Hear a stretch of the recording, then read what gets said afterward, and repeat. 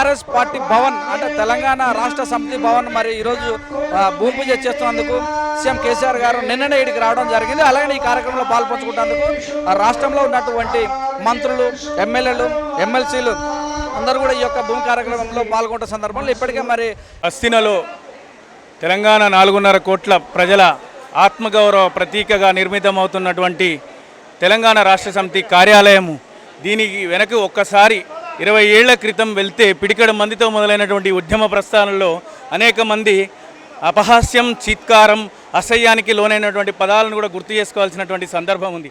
ఆ తర్వాత సుదీర్ఘ 14 సంవత్సరాల ఉద్యమ ప్రస్థానం తర్వాత తెలంగాణ సాధించేటువంటి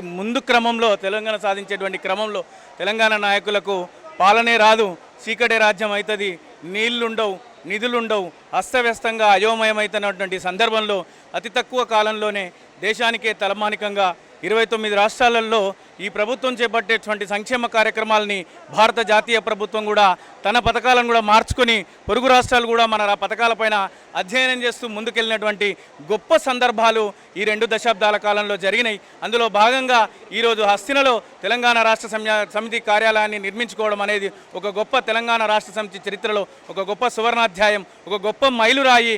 భవిష్యత్తులో నిజంగా తెలంగాణ రాష్ట్ర సమితి తెలంగాణను బంగారు తెలంగాణ దిశగా తీసుకెళ్తుంది అనడానికి ఇదే ఒక గొప్ప నిదర్శనం.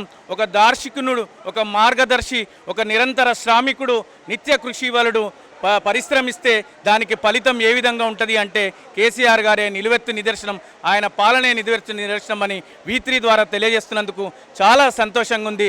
మీరు మమ్మల్ని ఈ విధంగా పలకరించి మా అభిప్రాయాన్ని తెలుసుకున్నందుకు V3 కూడా ధన్యవాదాలు తెలియజేస్తూ జై తెలంగాణ.